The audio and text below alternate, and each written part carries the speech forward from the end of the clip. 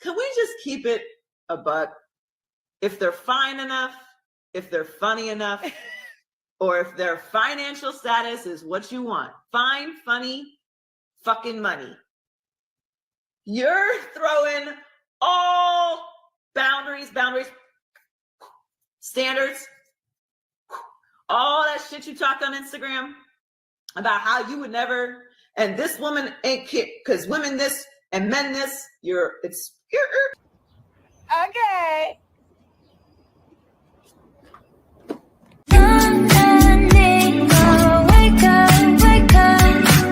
What's up, everybody? It's your girl Mika, and we're back for another Red Cup Talks because this is where truth, pop culture, and politics meet. So I wanted to come on today and talk about the talk of the town. Yes, Miss Joy Taylor. All right, everybody has been talking about Joy Taylor for at least the past 24 hours, okay? So if you don't know, Joy Taylor has been included in a 42-page lawsuit against her, Skip Bayless, and FS1. However, I wanted to focus on something that I talk about on this channel all the time, and that's the independent boss chick. I can do it all by myself, and I advance my career by any means necessary. I get the bag women, okay? And that is what Joy Taylor is. And she claims that she had to grind so hard to get to the top. But we see in this lawsuit that that's not the case. And the problem is, in most cases, it's not. Usually women do the very thing they complain most about in the workplace and use that thing called misogyny to get ahead, all right? So I want to start with Joy Taylor explaining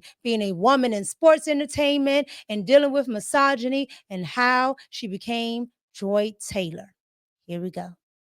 You're going to get criticized no matter what you do. You're going to get criticized more if you're a woman, and you're going to get criticized more if you're a Black woman. So for me, the misogyny and, people, even, today you can go look on my social media. There's somebody's going to say I shouldn't be there because I'm a girl, because it's Jason's or whatever. Those people don't sign checks. So who gives a fuck? They don't. Those people don't make decisions. Right. They don't move the needle, because for the most part, people are watching and enjoying good content, entertaining content, educated, opinionated content that they resonate with. I'm not saying things that don't make sense. Right. If you disagree with me, it's easy to say you disagree with me because I'm a girl, but then you're going to run into somebody else that says that's a man. And now what are you going to do? I can't take your criticism seriously in any capacity. If I wouldn't ask for your advice, I don't care about your criticism. Right. All right. So you guys just saw that. You saw Joy Taylor talk about how she has to deal with so much misogyny every day, how it's just coming at her. And it's all because she knows what she's talking about. She knows sports, and they're just so mad that she has a seat at the table with other men talking about sports as a woman. But she made it a point to say that she doesn't care that you even talk about her on social media because you don't sign her checks. Joy has this mindset, and it's abundantly clear how she feels because she even talks about it on her podcast, Too Personal. I want you guys to hear Joy Taylor talk about how she feels about this very subject on her podcast. Watch this. These hypotheticals have got us in a chokehold, and we must free ourselves. It's fun to argue about. It's fun to talk about what you would do in this scenario, or would you leave the game if the seats were high, or if a man took you this place on a first date, what you would do. And I'm telling you, every interaction that I have with people now, in some way or another, these things come up. Can we just keep it a buck? If they're fine enough, if they're funny enough, or if their financial status is what you want, fine, funny, fucking money, you're throwing all boundaries, standards, all that shit you talked on Instagram about how you would never, and this woman ain't cute because women this and men this, all right, so you guys just saw that. Fine, funny, and effing money. Yes, that is Miss Joy Taylor. She definitely has no shame, and she's been dropping hints this entire time on how she rolls. I'm not surprised. However, I did want to get into the most disturbing thing that I thought about this lawsuit when it came to Joy Taylor. All right, so you guys see the lawsuit up on the screen. This was the most damning part to me about this lawsuit. when it pertains to Joy Taylor, because this showed exactly how women like Joy Taylor operate and how vindictive and nasty they can be. Miss Faraha says that she tells Joy Taylor that she should probably not sleep with Mr. Dixon and Mr. Ocho at the same time. Mr. Dixon is a very powerful man and he may become very angry. Miss Taylor told her not to worry about it. She explained that she was also now powerful, and once Mr. Dixon was no longer useful to her, she would then follow through with her plan to tell the company that he forced himself on her. She would not allow herself to be forced out by Mr. Dixon like other women talent. So I'm gonna tell you what this tells me. This tells me that Joy Taylor is a piece of work and somebody that I would never want to be around or associated with. She's using this fact to get what she wants when she knows someone didn't do that. That draws a stain on the women that it happens to. It draws a stain on all women. You already have a problem with believing all women because you use this as a weaponization to get what you want. This has been done over and over again. This was the playbook, and Joy Taylor was about to use it, and it's just frankly disgusting. All right, so now I want to get into what was the reaction from women, because a lot of women just won't hold each other accountable. All right, I want you guys to see the reaction from TikTok and what a lot of these women thought about Joy Taylor being exposed for sleeping her way to the top. Here we go. So I'm seeing all this stuff about Joy Taylor and how she slept her way to the top. Who fucking cares? Who cares? A lot of y'all sleep your way to the absolute bottom. You sleep with men that can't put you in any position to do anything in life. Who cares? Who cares? I don't care what that woman did. That is none of our business. Who cares? And I promise you, if given the opportunity, some of y'all would have done the same thing. Maybe it's just me. Maybe it's just me.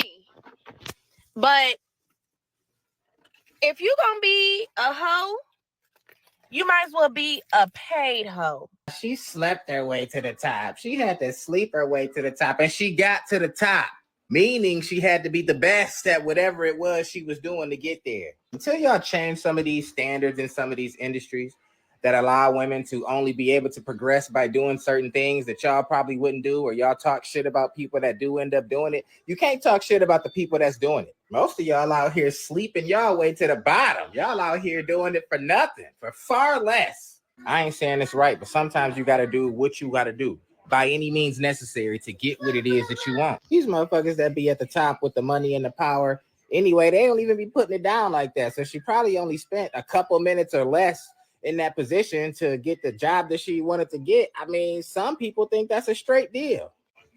I don't know, man, call me whatever, but I tend to take the side of the victims. I tend to take the side of the oppressed. I have no problems with women using their bodies and their beauty to get ahead.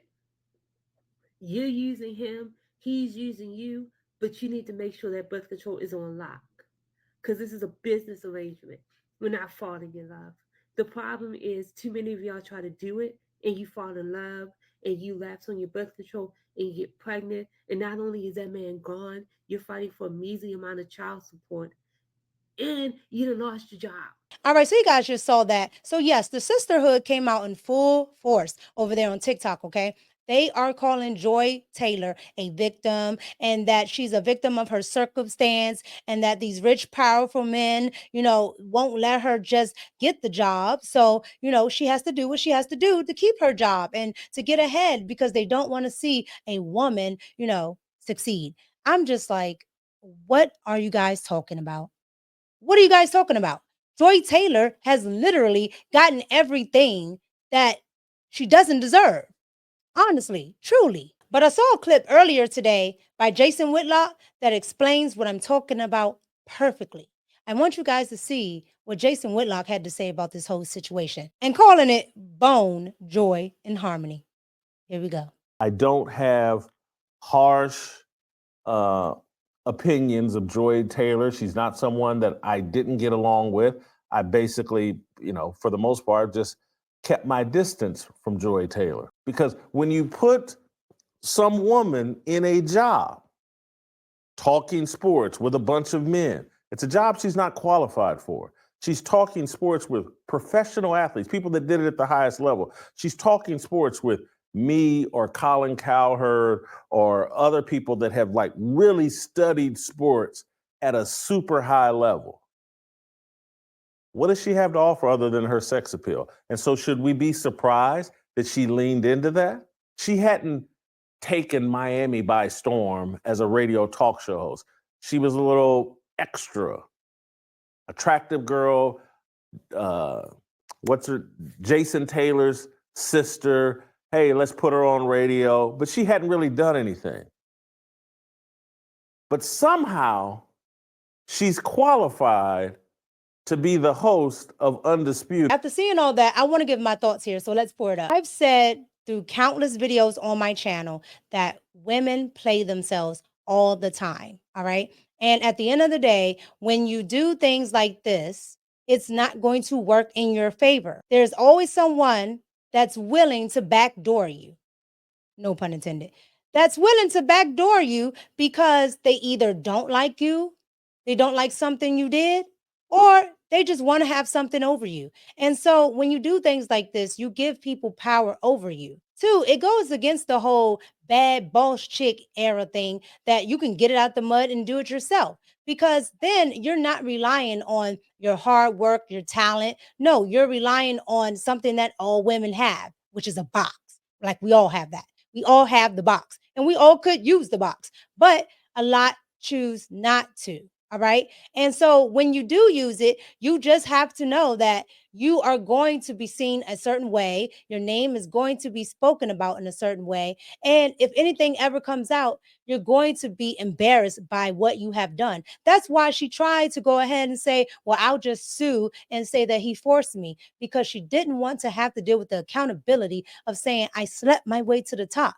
It's embarrassing, even in 304 culture here in 2025, which I wish they just throw in the trash. But at the end of the day, it's still here. 304 culture is still here.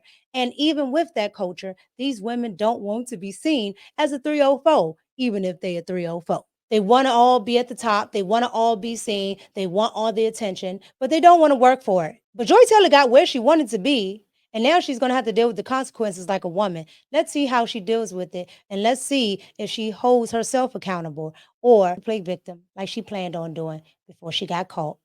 You guys get down in the comments, like, comment, and subscribe. Let me know. Hey, do you think Joy Taylor is just, she's just doing what she has to do? She's a woman. And in this misogynist era, you don't know what she had to do to get to the top. She's at the top. Or if you're like me, you say, yeah, she's at the top, but at what cost? Because what goes up comes down, and it's all crumbling right now.